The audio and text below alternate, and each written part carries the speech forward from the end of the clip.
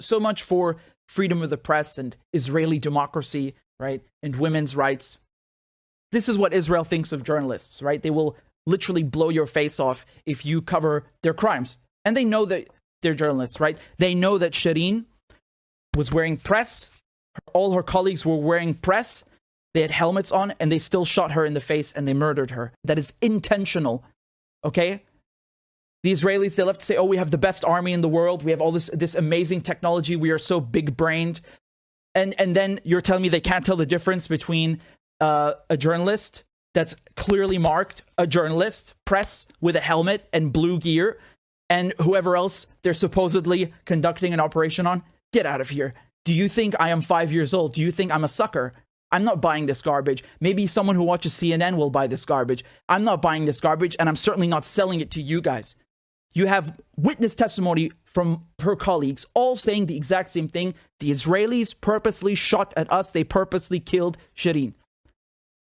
And if she was a Ukrainian journalist that was killed by the Russians, they would be screaming on CNN right now and the New York Times, and they would publish 50 goddamn editorials and opinion pieces and everything that would flood the goddamn news cycle with how Russia is murdering journalists to stop them from covering its crimes. And the Russians are misogynists because they go after women specifically. And, you know, speaking of that, I would love to know where these women's groups are, these women's rights groups and these Western feminists. They love to pretend they care about women, and then when Palestinian women are being shot and murdered doing their jobs, they have nothing to say. They have always nothing to say. And when the Palestinian women are being beaten outside the Aqsa Mosque, they have nothing to say. Like cowards, they are gone. You don't hear anything from them, right? Disgusting.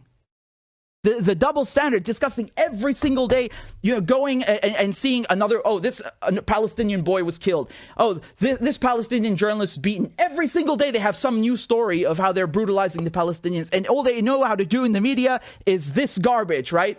This garbage. Al Jazeera said one of its journalists was killed in the West Bank city. What does that mean, she was killed? She fell off a building? She was hit by a bow and arrow? Why can't you say she was shot dead by the Israelis?